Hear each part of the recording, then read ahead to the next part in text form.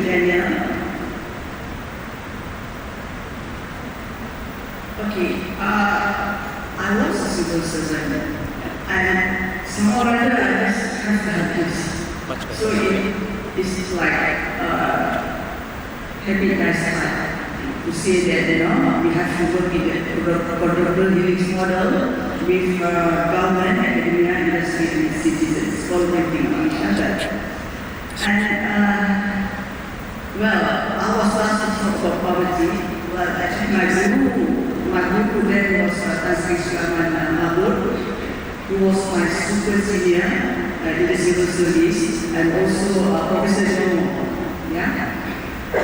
When we talk about poverty statistics as of November 2024, you can see that Sabah is the most, in terms of ranking, in terms of ranking of poverty status, Sabah is the number one. And then followed by Jomo and also Sarawak. In terms of PGK or Poverty Line Index, okay, this is a problem. We have statistics from Ministry of Economy. We have statistics from ICU, Nation Coordination Team, JPM, and also PROSES. That is some kind of discrepancies among the three agencies. They need to sit down and focus on one statistics, a database. So that's the issue that I can see as I go along, that I will relay that to you.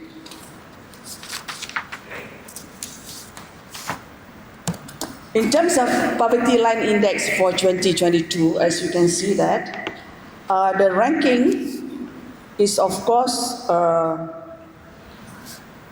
in terms of per capita, Johor, Kedah, Kelantan, Melaka, you can read that because I'm not going to go through all these figures, and this was given to me by the Ministry of Economy yesterday. So basically, whatever programs, activities and projects being done by all ministries will have to abide by all this PLI.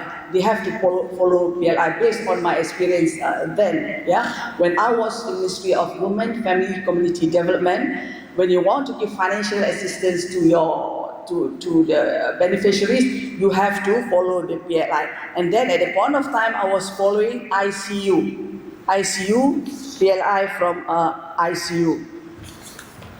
And in this regard too, I'm very concerned about the statistics of female-headed households. Here, we see that again Sabah has the highest number of female-headed households, followed by Sarawak and also Kelantan.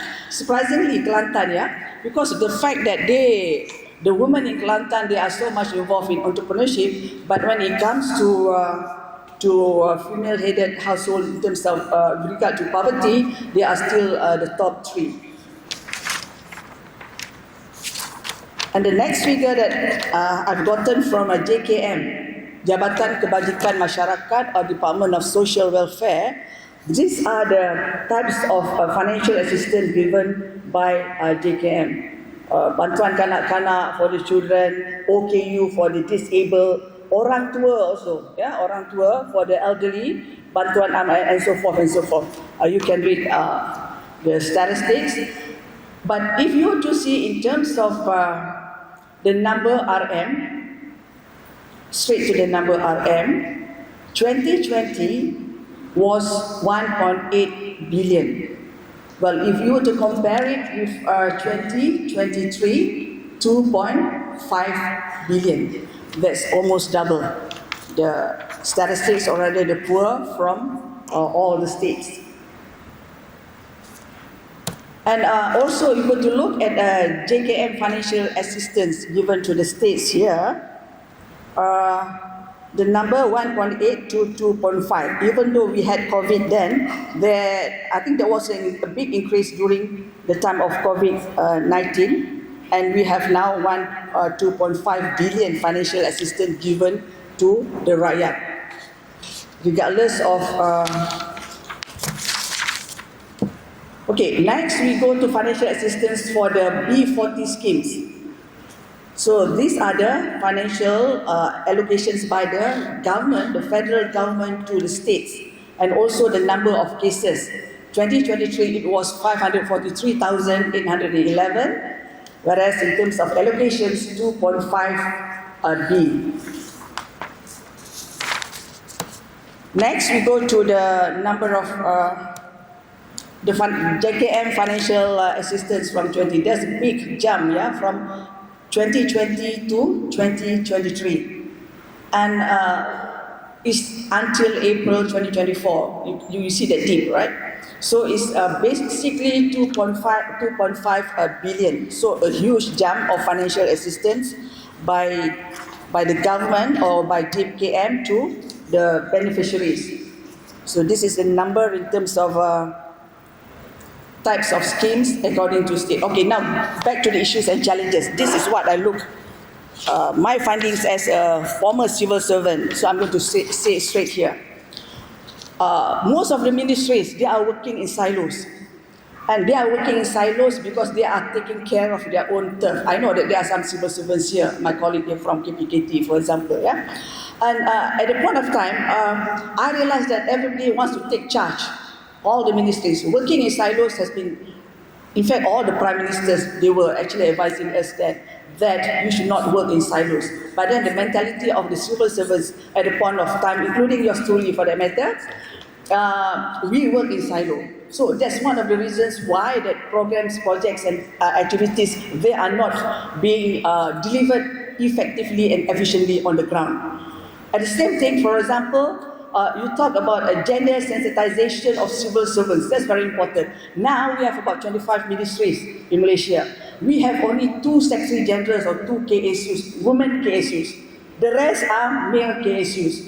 Yeah, so there's no diversity. And when you have we have meetings and discussions, it's like the women, they are sidelined in the civil service.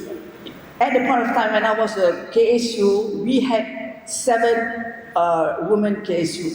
Now we only have 2 women KSU. So that's where I believe that gender sensitization of civil servants is crucial at this point of time. And also in terms of gender budgeting, we had it earlier on. We practiced gender budgeting. And in fact, when I was in intern, I taught gender budgeting to the ministries.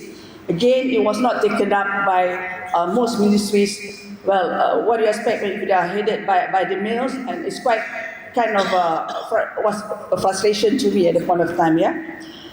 Number 2 is we talk about overlapping of functions and responsibilities. Again, the subject of entrepreneurship. You talk about entrepreneurship, right? That's the buzzword, entrepreneurship, or women entrepreneurship, startups and whatnot. But if you realize that all the ministries, almost all the ministries, they have a unit of entrepreneurship. It's not under one roof per se. You have Ministry of Entrepreneurship, that's entrepreneurship, right? It's obvious entrepreneurship.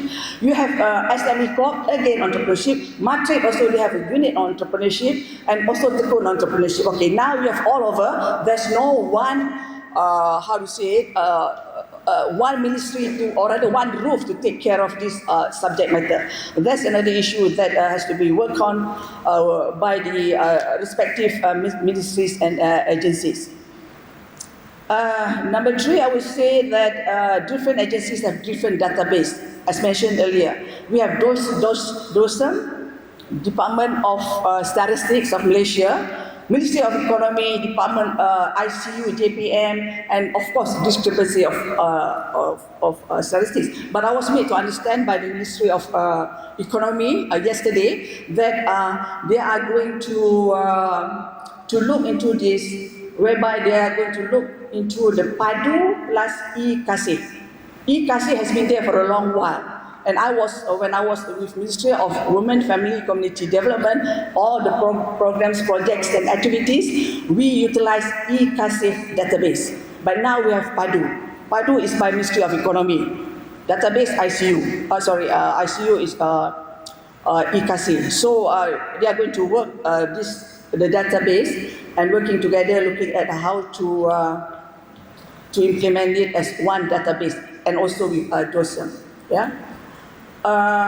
fiscal constraints for public funds. I was in Ministry of Finance too, and I did budgeting. I was in charge of budget that was way back in 2002 until 2005. Yeah, in Ministry of Finance. So everybody wants their take on that. Yeah.